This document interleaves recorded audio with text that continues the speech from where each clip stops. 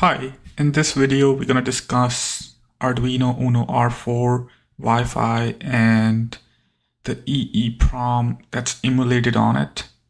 So I wanted to make a video on the EEPROM on this board. However, I learned later with a little bit of research that this microcontroller actually has flash memory in it.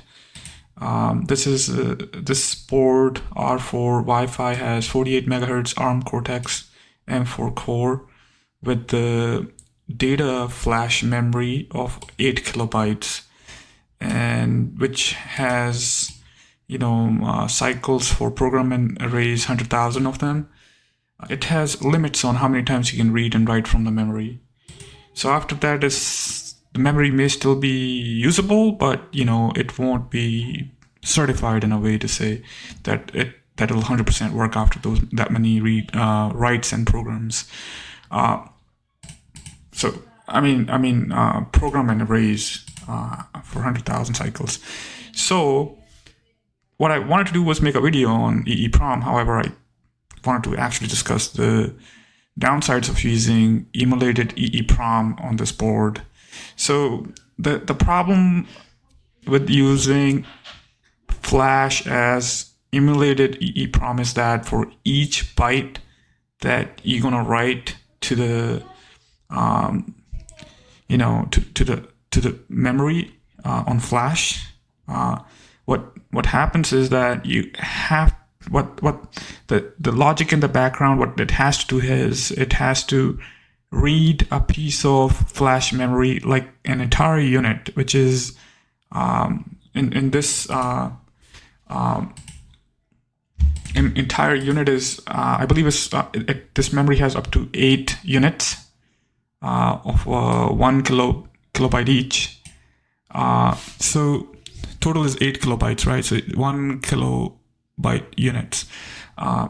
There's a total of 8 of them. So to write a byte, you basically have to read 1 kilobyte, meaning 1,000 bytes, 10 to the power of 3, right? 1024 bytes. If you gotta read that many to basically change 1 byte, right? So what happens is actually to perform a byte, writing of a byte, you have to read an entire unit, which is 1 kilobytes, and then modify the byte in buffer, and then erase the unit and rewrite all the bytes.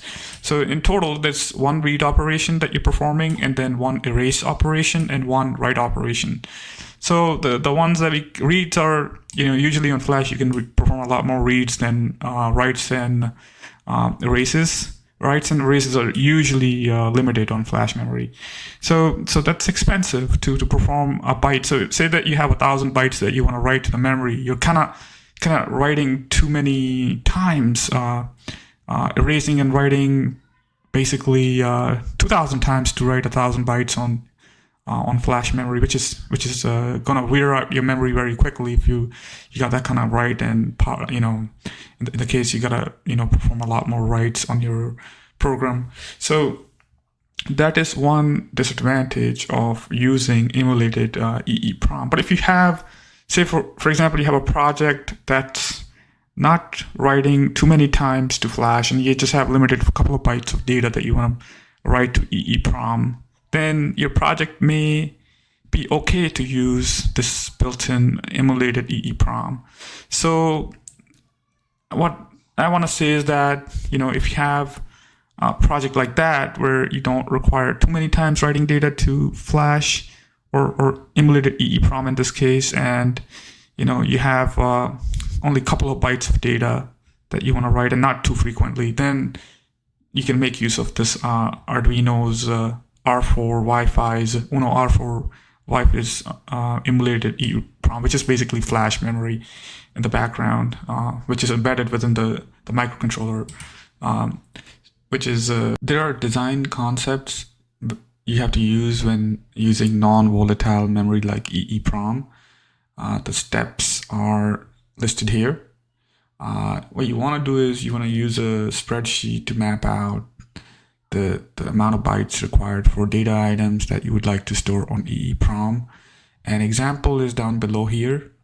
So for example, say I have the only byte that I want to store, other than the marker bytes, is say, for example, a fire alarm status byte. So I've used this table in a manner to display which byte serves for what purpose. So what you do is you map out the bytes list for data items that you want to store on which address, and then you have marker bytes on EEPROM. So what the marker bytes do is they let you know if there is valid information stored on your EEPROM. So to when your system wakes up for the first time, it's when you power up your Arduino for the first time, the data is not going to reside there, so you're going to have to write it and initialize your EEPROM. But the next time around, when you power up your power cycle your Arduino, that information is going to exist on EEPROM, the marker bytes, so that you know that your information is initialized and ready to use for next time around to load back in. So you the process for how you would initialize the EEPROM upon waking up is explained in the flowchart down below here. And step number 3 explains the same information. What happens is you power up your Arduino, and initialization of EEPROM happens.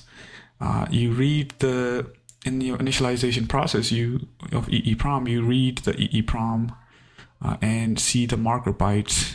If the marker bytes do not exist, what you do is you write the marker bytes. That's what would happen the first time, right? You write the marker bytes and write zeros on all other bytes to be used in the design. For example, in this example, marker byte 1 is AA hex and marker byte 2 is BD hex. So you write those two values along with the 0 on the fire alarm status for the first time around when you wake up, and then that's the end of that for the first time around. However, say that you power cycle your Arduino again, and then what happens is you do the same process again. You read EEPROM marker bytes and see if the values match with what you expect them to be. We expect them to be AA and BD in this case for the first 2 bytes. And if that's true, you're going to come in here and you're going to read all other information from EEPROM that you have saved on it, and you copy them into the RAM variables. For example, the next thing you do in this example would be that you read EEPROM byte number 2, and you set the fire alarm status as the status what it should be from EEPROM in RAM. That's that. The design concept works as that. You have 2 options, right? You either have the marker bytes already written on the memory, or you don't. If you don't, then you write, and first time around you write them on the EEPROM and initialize all the memory to 0. And then if second option is you do have the marker bytes, so you know that's valid information stored on EEPROM, you read it in and you load it on RAM, and that's that. So last part of this exercise is the example project. This lesson is an example project. You want to design a software to detect fire/smoke sensor input. So those are mapped on D0 to D7 digital input pins. And what you do is you set a fire alarm status for fire alarm activation when that happens. So you have 8 digital inputs, and whenever the inputs turn on, you set a fire alarm activation status for it. In addition, make sure the system is able to retain the fire alarm status in the case of power outage or power cycles. So this is what requires making use of the EEPROM memory. So once the fire alarm status is set, VI D8 digital input pin a reset should be required from that D8 pin. So you have basically 9 inputs, right? D0 through 7 for digital for setting the alarm, And once the alarm is set, the status for that would be, set for being activated, right? That the fire alarm is activated. And then what you do is, once it's set, regardless of power cycles, you want to, make sure that it remains set unless a reset has been performed. That's the whole exercise, what it's about. So if you look to see the code, example program basically does that here. So what I've done is, I think it's nice to maybe put it side by side so you kind of see how the information is mapped in address wise. So you have byte address 0, 1, 2 for EEPROM. So I have done the same here. Data marker byte 0, 1, and a fire alarm status byte. These are the addresses, right? 0, 1, and 2. And then for marker byte, known value is AA for 0 byte, and 1 byte is BD. I've done exactly that. So what I do next is I write the initialization process that's explained in the design concept here.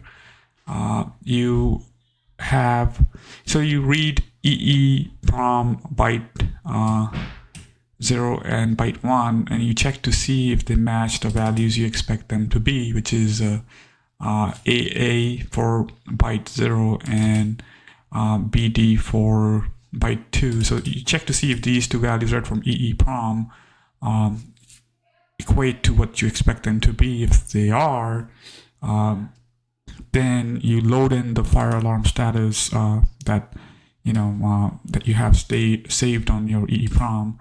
And other than that, you have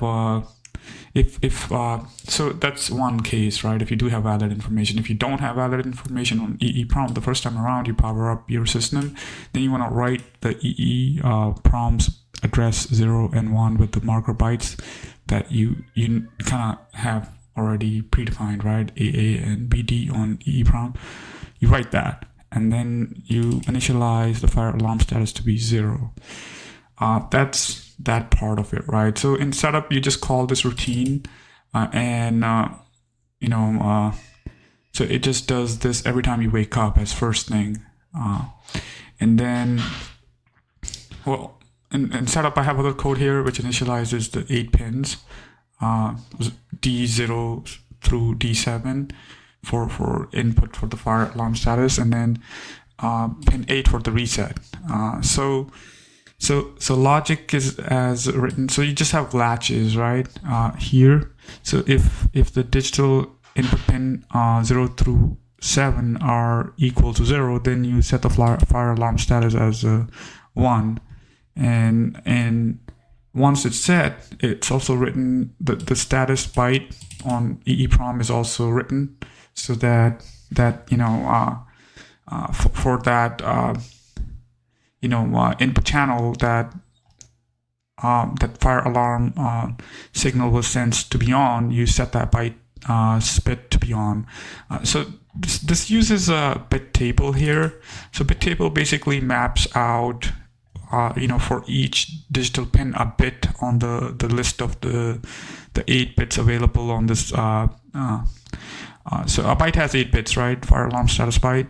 So basically, I mapped out this bit table for 8 indices, each bit mapping to a value of the bit. So it goes 1 to 4, 2 to the power 0, 2 to the power 1, 2 to the power 2, 2 to the power 3, 4, 5, and 6, and 7. So each bit gets mapped to a value here.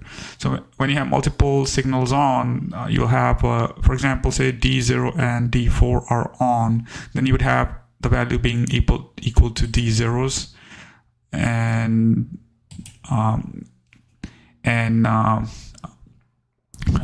D4s bit added on, right?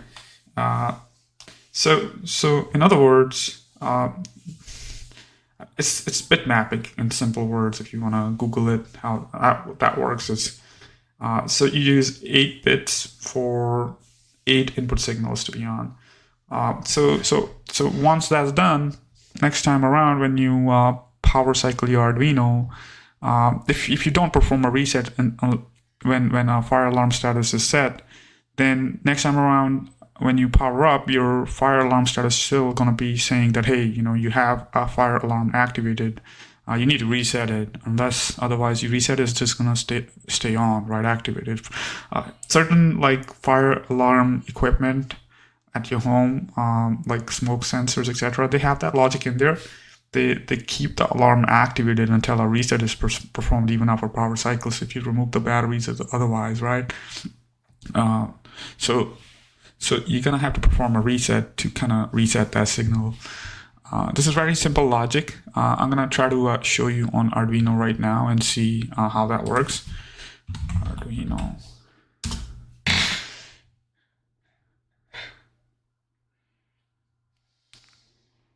All right, so I'll just compile and send it over to my Arduino.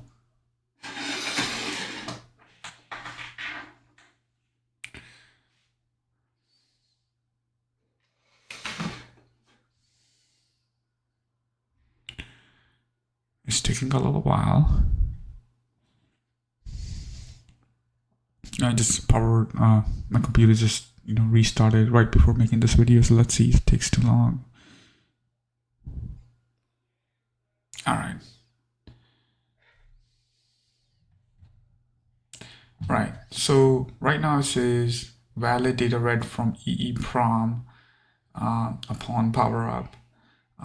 So this is because I already had this software loaded on my Arduino.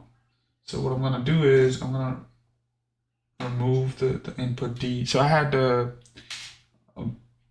few bits set as well. So we're gonna start off fresh.